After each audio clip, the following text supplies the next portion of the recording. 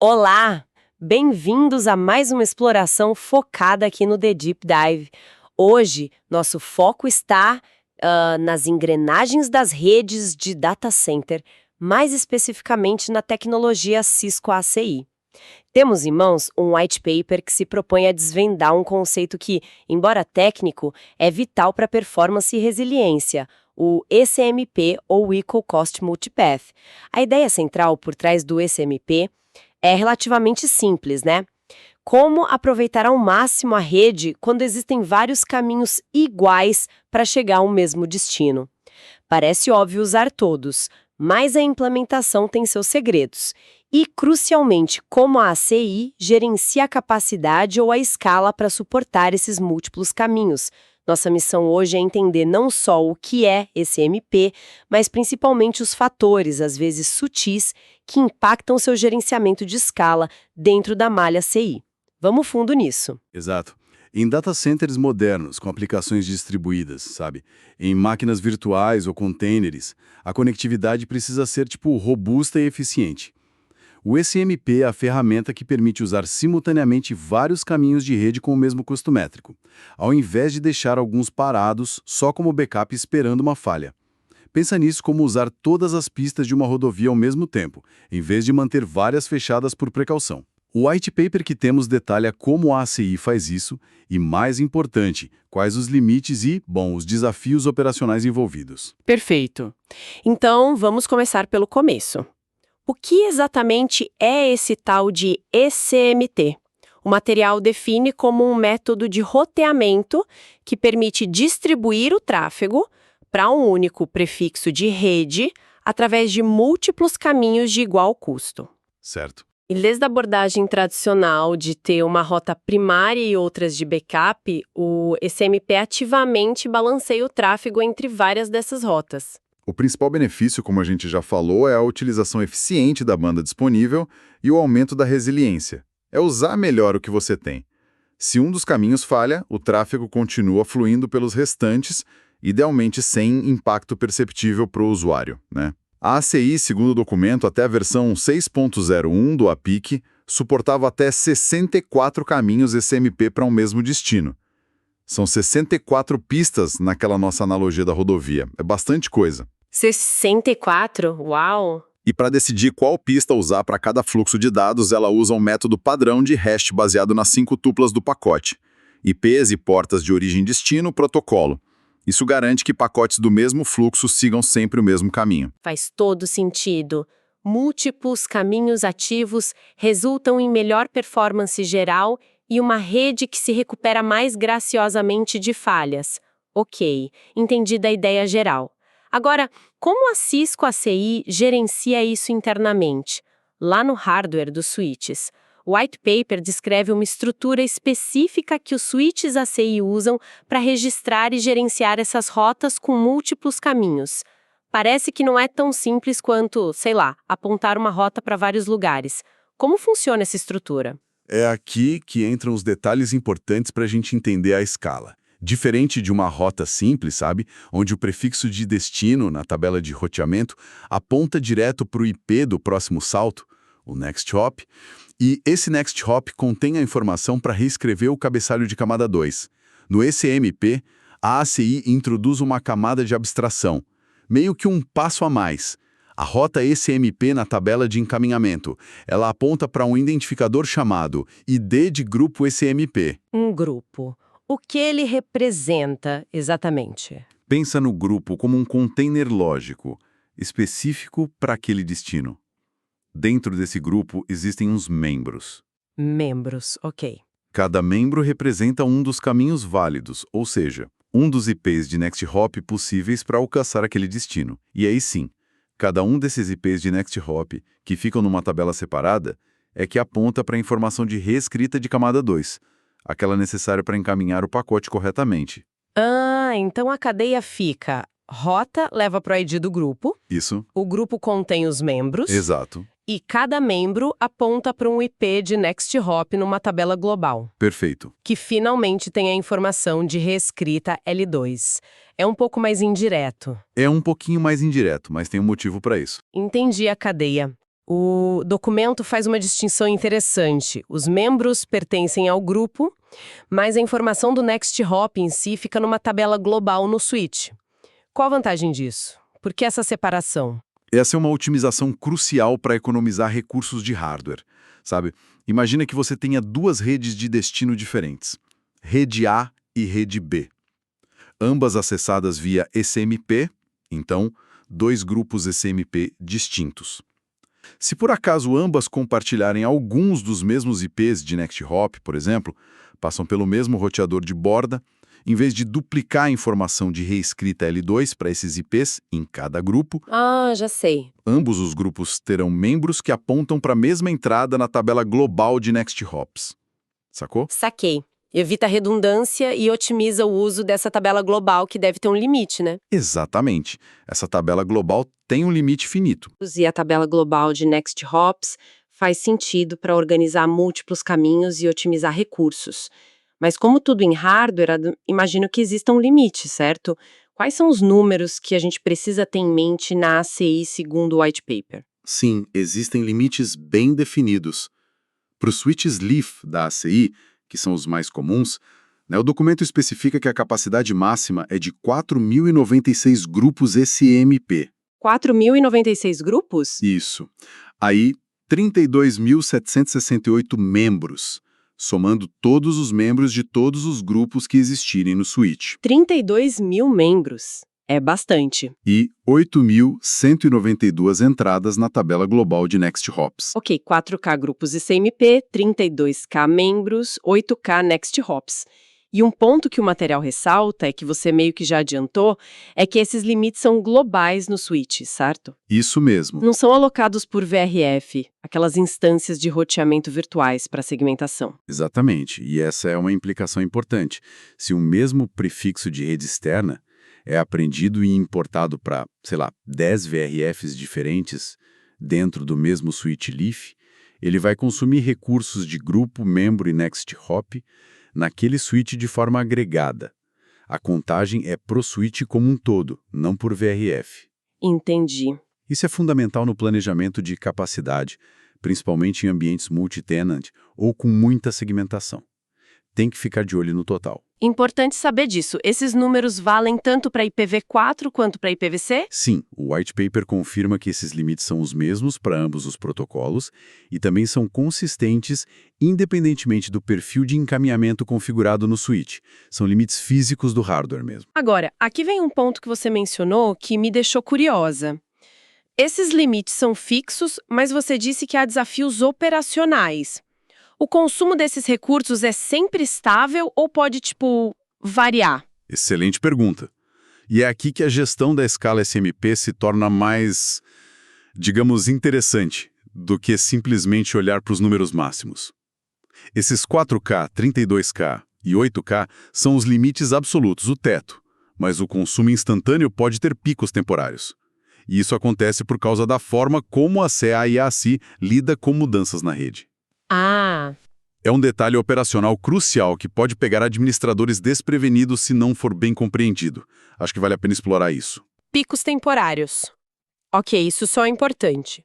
Antes de entrarmos nesses picos, vamos só solidificar como a escala é consumida num cenário estável. O material dá uns exemplos, né? Para ficar mais claro? Sim, exemplos ajudam a visualizar. O primeiro caso. Temos duas redes de destino diferentes. Vamos chamar de rede A 10.1.1.0 24 e rede B 10.1.2.0 24. Ambas são SMP. Alguns Next Hops são compartilhados. O IP 1.1 e o 1.2 servem para as duas redes. A rede A também usa o 1.3, que é só dela, e a rede B usa o 1.4, que é só dela. Ok, como fica o consumo nesse caso? Dois destinos, alguns Next Hops iguais, outros diferentes. Bom, criamos dois grupos SMP, certo? Um para a rede A, um para a rede B. Certo, dois grupos.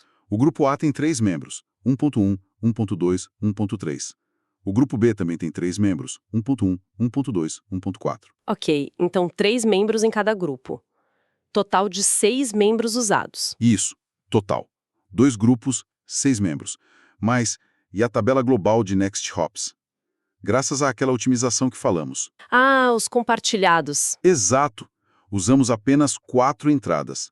As duas compartilhadas 1.1, 1.2, mais as duas exclusivas 1.3, 1.4. Não 6. Entendi. A tabela global economiza espaço quando há sobreposição. Faz sentido. E o segundo exemplo do material? Aquele onde não há compartilhamento de Next Hops. Rede A 10.1.1.24 usa 1.1, 1.2, 1.3. E a rede B 10.1.2.24 usa 1.4, 1.5, 1.6. Todos diferentes. Nesse caso, a conta é mais direta. Continuamos com 2 grupos, um para cada rede, e 6 membros no total, 3 por grupo. Igual antes para grupos e membros. Sim, mas como não há IPs de Next Hop repetidos entre os grupos, cada um dos 6 IPs, ponto 1 a ponto 1.6, precisa de sua própria entrada na tabela global.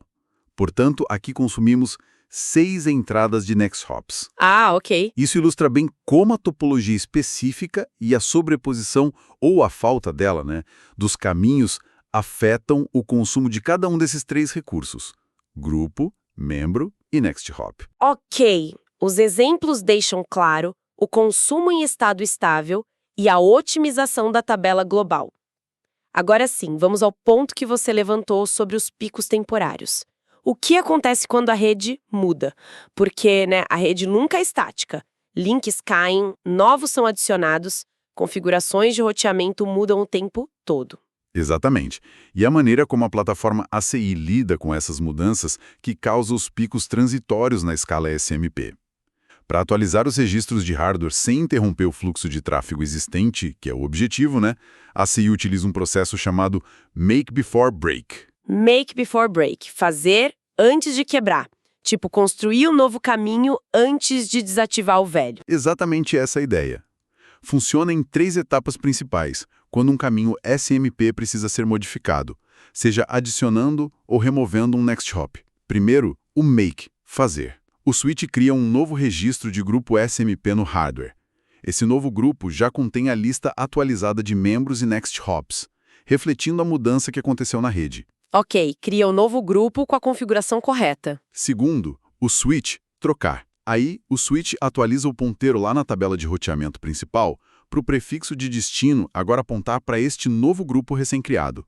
O tráfego que chegar a partir desse momento já começa a usar o grupo atualizado. Ah, o tráfego é desviado para o novo caminho. Isso. E terceiro, o break, quebrar. Somente depois que o tráfego foi redirecionado para o novo grupo é que o switch libera os recursos do grupo antigo. Ele exclui o registro do grupo SMP antigo que não está mais em uso. Entendo a lógica do Make Before Break para garantir a continuidade. É como desviar o tráfego para uma pista recém-construída antes de demolir a antiga durante uma obra na estrada. Garante que o tráfego não para. Mas essa duplicação temporária de recursos, ter o grupo antigo e o novo coexistindo no hardware, mesmo que por um breve período, isso não parece um risco. Principalmente em redes que já podem estar operando perto dos limites de escala. Esse é precisamente o ponto central que o white paper busca alertar. Embora o processo seja seguro do ponto de vista do encaminhamento de dados, ele tem uma implicação direta na escala. Durante essa transição, o switch está consumindo temporariamente o dobro de recursos de grupo, 2 grupos para o mesmo destino, em vez de 1. Dobro de grupos. E, potencialmente, quase o dobro de recursos de membro, os membros do grupo antigo, mais os membros do novo grupo, para aquele prefixo específico. Nossa. Mesmo que a transição seja rápida, coisa de milissegundos, se muitas dessas atualizações ocorrerem ao mesmo tempo, ou numa rede já muito carregada, esses picos podem, sim, exceder os limites de hardware. É aí que mora o perigo. Certo, o risco é real, então. O material deve ter exemplos de como isso se manifesta na prática, imagino, para a gente visualizar melhor. Sim, ele detalha alguns cenários comuns. O mais simples. Você tem uma rota ICMP para 10.1.1.0, 24 com 3 Next Hops. Aí você adiciona um quarto link e um novo Next Hop, o ponto 1.4. Se torna disponível. Durante a atualização Make Before Break, por um instante, o hardware vai ter o grupo antigo, com 3 membros, e o grupo novo, com 4 membros alocados ao mesmo tempo. Então, para essa rota, o consumo de grupos dobra, de 1 para 2, e o de membros aumenta bastante, de 3 para 7, somando os 2 grupos, certo? Só que temporariamente. Exatamente. Depois que o ponteiro muda e o grupo antigo é removido, tudo volta ao normal, com um grupo e 4 membros. Mas teve aquele pico. Ok, um exemplo direto. Mas e cenários mais complexos? Você mencionou que a coisa podia ficar mais interessante. O segundo caso aborda next hobs recursivos, que a ACI suporta desde o APIC 5.2. Imagina o seguinte, a rota para uma rede X, 10.10.0.16, tem como único next hop o IP 192.168.1.1. Ok, uma rota normal não SMP para rede X. Por enquanto, sim.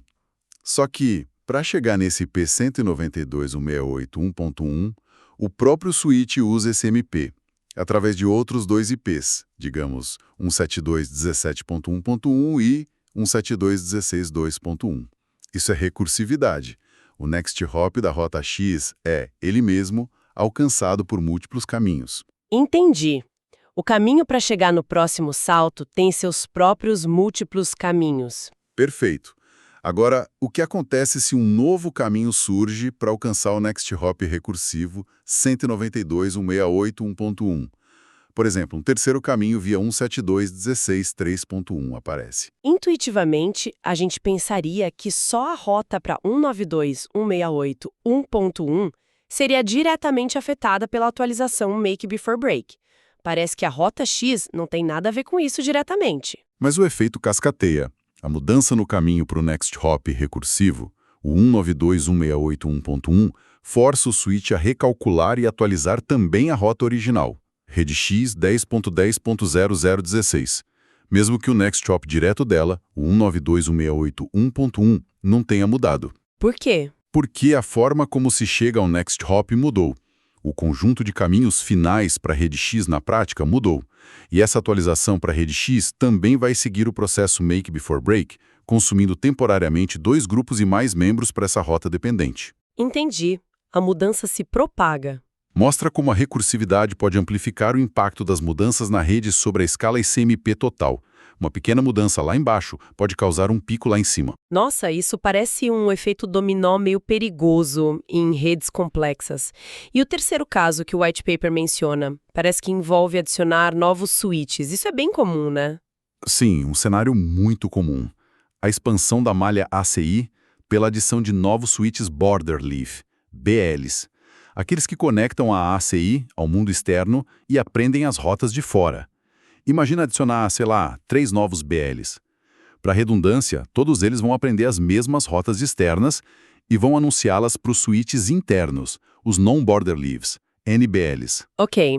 O problema é que eles não farão isso de forma perfeitamente sincronizada. É quase impossível.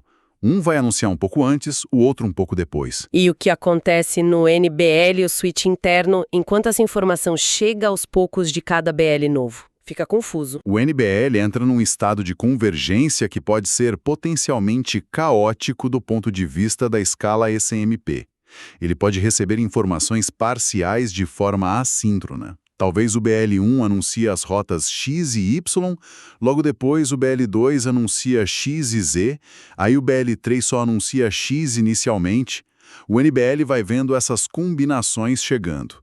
Para cada combinação única de BLs, que são os next hops para rotas externas, que o NBL vê para uma determinada rota durante esse período de convergência, ele pode precisar criar um grupo ECMP temporário via Make Before Break. Múltiplos grupos temporários para a mesma rota? Exatamente. O resultado, como o documento detalha com fórmulas e tudo, é que o número de grupos e membros ECMP consumidos no NBL pode atingir um pico significativamente maior durante a convergência do que no estado final estável. No estado estável, quando todos os BLs anunciaram tudo, o NBL vai ter apenas um grupo por destino externo, contendo todos os 3 BLs como membros.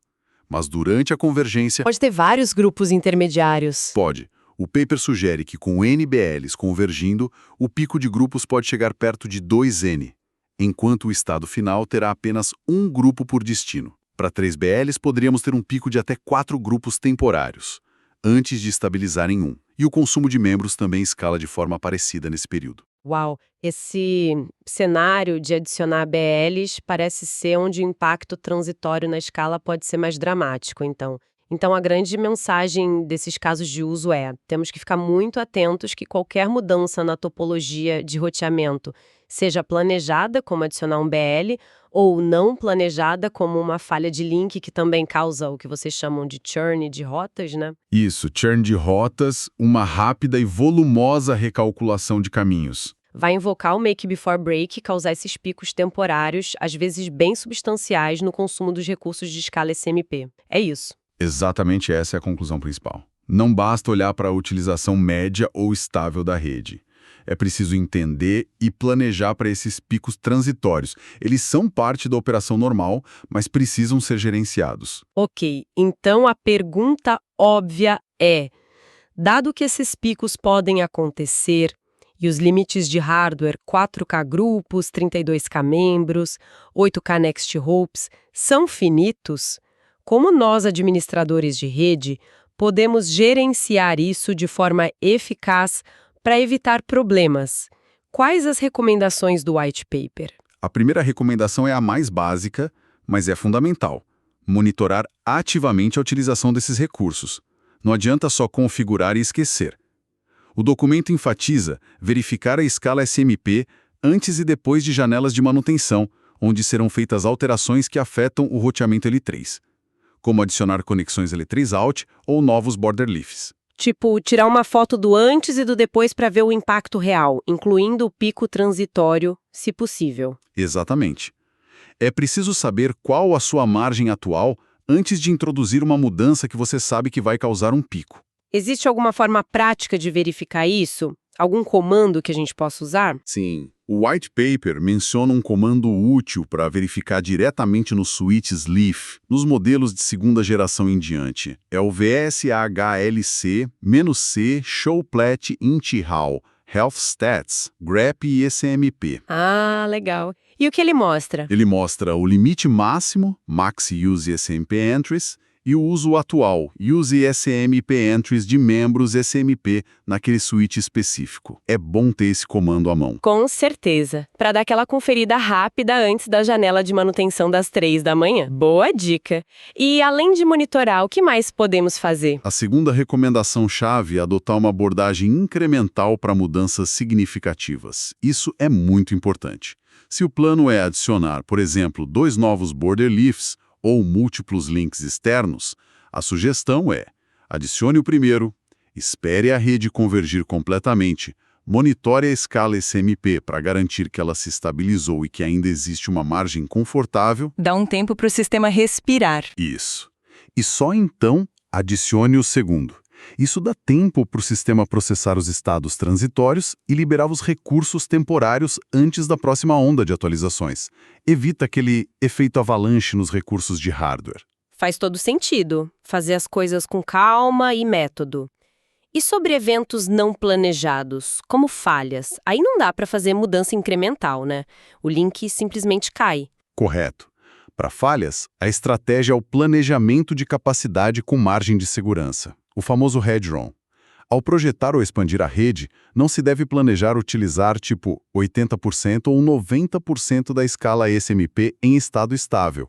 Isso é pedir para ter problema. Tem que deixar uma folga. Tem que deixar uma margem considerável, justamente para acomodar os picos transitórios causados pelo Make Before Break durante eventos de falha e recuperação, o tal churn de rotas. Se a rede opera muito perto do limite, uma simples falha de link pode ser suficiente para exceder a capacidade durante a reconvergência. E quais as consequências de exceder esses limites, mesmo que temporaneamente? O que acontece se o switch tentar criar um grupo novo e não tiver espaço? As consequências podem ser sérias. Se o switch não consegue alocar um novo grupo ou membro ECMP necessário durante uma atualização Make Before Break porque a tabela está cheia, a programação da rota falha, Simples assim. E o que isso significa na prática? Isso pode significar que novos serviços ou conexões externas podem não subir corretamente, ou que a rede pode não conseguir se reconfigurar adequadamente após uma falha, levando a buracos negros de tráfego ou instabilidade geral. Essencialmente, a capacidade de adaptação da rede fica comprometida. Você perde a resiliência que o ECMP deveria te dar. Entendido. Então, o gerenciamento da escala ECMP vai muito além de conhecer os números máximos. Exige monitoramento constante, planejamento incremental nas mudanças e, crucialmente, manter um bom headroom para imprevistos. Impressionante como um conceito como ECMP, que a gente pensa logo em eficiência e redundância, tem essas nuances operacionais tão importantes por baixo dos panos. Recapitulando então rapidinho, ECMP é ótimo, permite usar múltiplos caminhos de rede de custo igual simultaneamente. Na Cisco ACI, isso é gerenciado por uma estrutura de grupos, membros e uma tabela global de Next Hops, cada um com limites finitos de escala, 4K, 32K, 8K nos leafs, para lembrar. E o ponto crítico que desvendamos hoje, baseado nesse white paper, é que qualquer mudança na topologia da rede, planejada ou não, dispara um processo de atualização chamado Make Before Break. Ele é essencial para a continuidade do tráfego, mas tem um efeito colateral. Que é causar um aumento temporário, às vezes bem grande, no consumo de grupos e membros ECMP. Exatamente.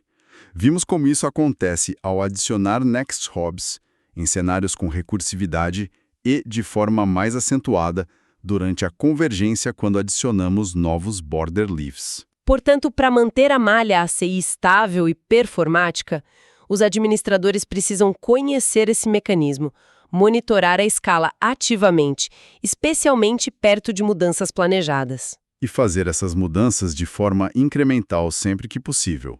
Além de projetar a rede com margem de segurança, com aquele headroom para absorver os picos transitórios, sejam eles de mudanças ou de falhas.